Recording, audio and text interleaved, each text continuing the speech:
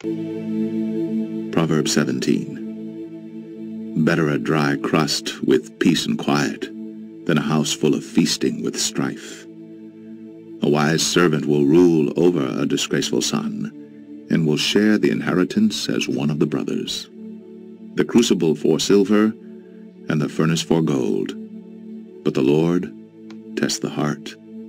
A wicked man listens to evil lips. A liar pays attention to a malicious tongue. He who mocks the poor shows contempt for their Maker. Whoever gloats over disaster will not go unpunished. Children's children are a crown to the aged, and parents are the pride of their children. Arrogant lips are unsuited to a fool. How much worse lying lips to a ruler.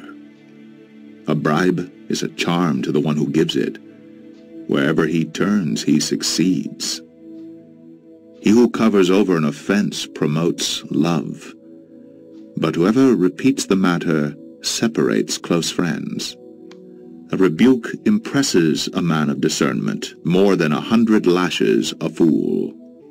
A friend loves at all times, and a brother is born for adversity. A man lacking in judgment strikes hands in pledge, and puts up security for his neighbor. He who loves a quarrel loves sin. He who builds a high gate invites destruction. A man of perverse heart does not prosper. He whose tongue is deceitful falls into trouble. To have a fool for a son brings grief. There is no joy for the father of a fool. A cheerful heart is good medicine, but a crushed spirit dries up the bones. A wicked man accepts a bribe in secret to pervert the course of justice. A discerning man keeps wisdom in view, but a fool's eyes wander to the ends of the earth. A foolish son brings grief to his father, and bitterness to the one who bore him. It is not good to punish an innocent man, or to flog officials for their integrity. A man of knowledge uses words with restraint, and a man of understanding is even-tempered. Even a fool is thought wise if he keeps silent, and discerning if he holds his tongue. So I love the Proverbs. I try to go get in the Proverbs as often as I can. It just feels like such a buffet of so many bits of truth and wisdom, and it's just a massive study in and of its own. It's such a dynamic book. It was given through King Solomon, the wisest man on the earth, and there's just so much there. It almost feels like in the chapters, the way they have it broken up, which is how they have, the whole Bible broken up. But it almost seems like a mishmash of so many different topics and things going on together. So sometimes I like to look at a chapter at a time, and then sometimes I like to just look at one individual verse at a time. And it's the words that I always think of when I turn to Proverbs that I just know he's going to talk about is wisdom, and those who are wise and those who are fools. And it's so interesting to me as we just continue to progress forward in time and in history. They keep telling us in interviews, books, movies, television, all major media, movies, everything, that the Bible is old and antiquated, it's foolish, it doesn't hold truth anymore, it's something that we need to get rid of. And they cast all these dispersions on it, all these labels and all these things. Who's they? The social engineers, the people that they make little starlets or male stars, or sometimes they have a male that's dressed as a female and you don't know it. I'm not saying necessarily this person here, although I don't know. You have to start begging the question now. You have to start questioning everything. You can't just accept something at face value.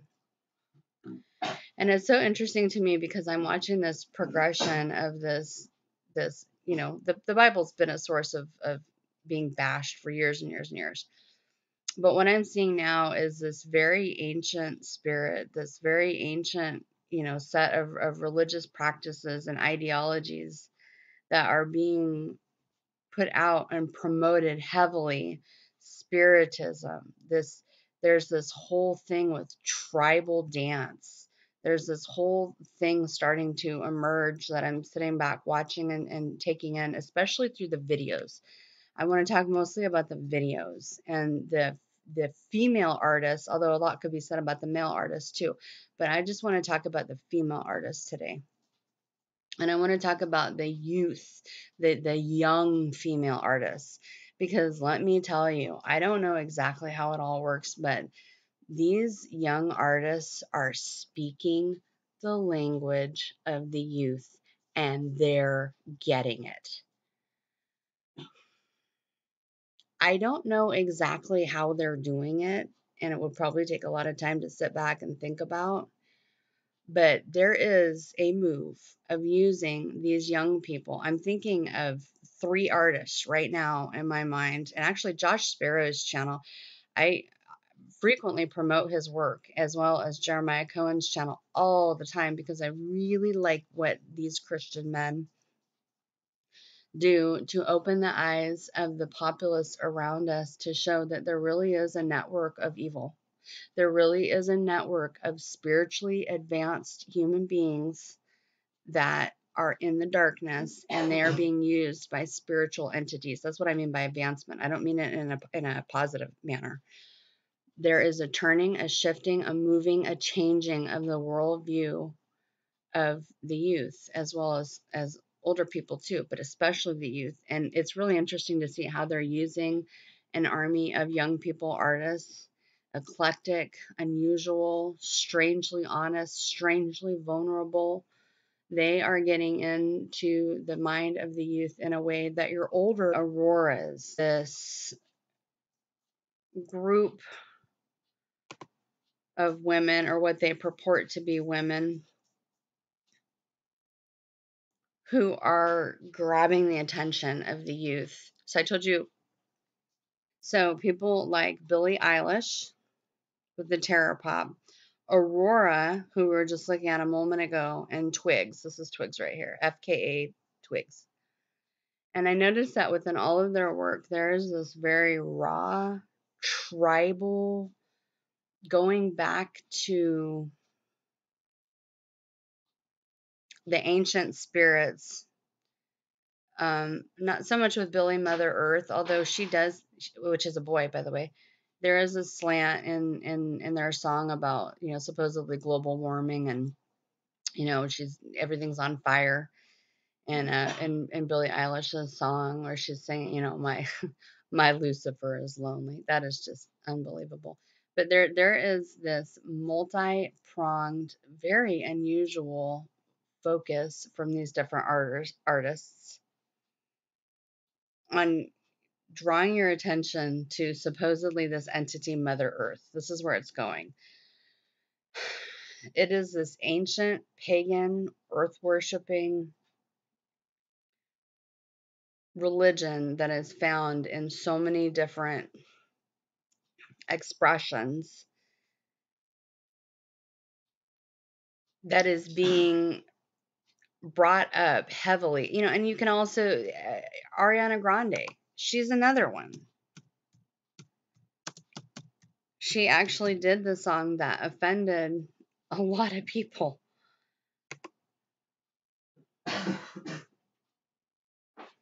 With her God as a woman, there is this assaulting and attack on the God of the Bible. But it's so funny because they'll be like, that's an old ancient thing. There's nothing for us in it. Yet these are the same people through their looks, through their music, through their witchcraft. And yes, they are witches. They are witches. To draw people into this old world religion, this paganism, this what God would say is the epitome of foolishness in Romans 1. So we're looking at Proverbs, and it was giving all sorts of wisdom and telling the difference between fools and the wise. Although there's lots more Proverbs, that was just a mishmash of a lot of different ideas. all at once, and it was too hard to stop and start and all that. So we just dealt with the whole chapter as a whole. But you have to understand that these people are the leadership that are drawing your children into a viewpoint of the tribal, earth worshiping, Mother Earth honoring, which I don't call the earth that, but they do. Focal point, bringing people back into alignment with the spirituality from the ancient past. So there's this big switch that's going on. Oh, you can't listen to the Bible. That's ancient. That's trash. They'll say. But at the same time, they're like, but we totally need to listen to the spirits of the earth, to paganism, to getting back to Mother Earth.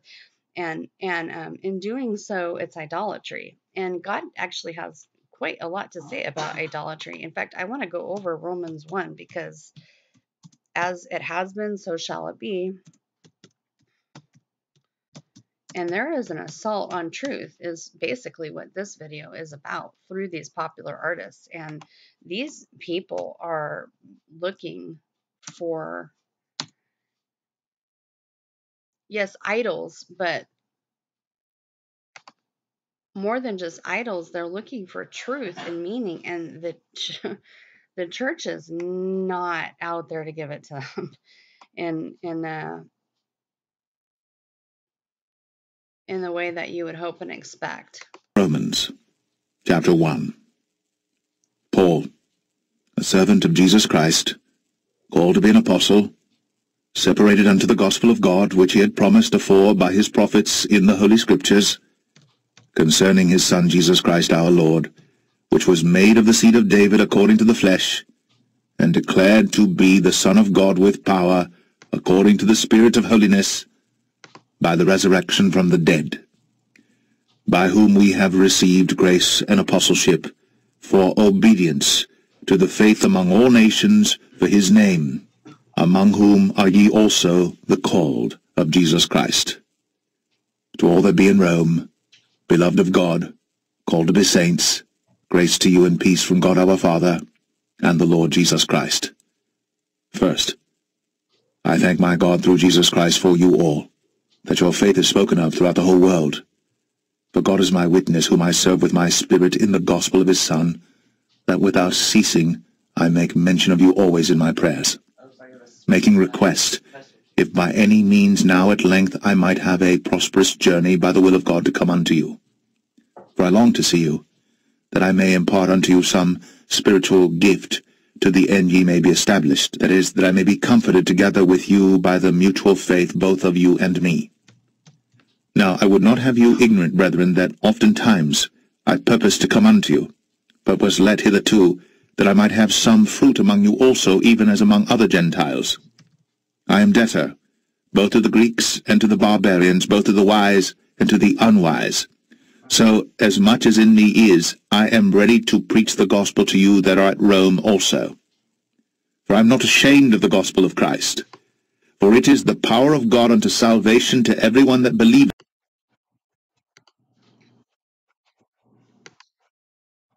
See, it's all this tribal worship. It's all this Mother Earth stuff. And she evokes all this blood in it. And this is her song Apple Tree. And the apple was traditionally what was seen as the sin of Adam and Eve, the fruit of disobedience, the endorsement of the satisfying of the soul, the satisfying of the natural part of man. And when you look over these lyrics, and we'll end up doing more, I mean, it just really feels to me like this child is demon possessed as she does this video, which is called Apple Tree. I said this whole return. See, look at that. That's not possessed. Really? That's not possessed. Sure looks like it to me. I think that they're again just warning that a bloodbath is coming. You know, they're always constantly saying that Mother Earth is here and she's mad and she's coming after you. And there's all kinds of artwork that's been done for her. But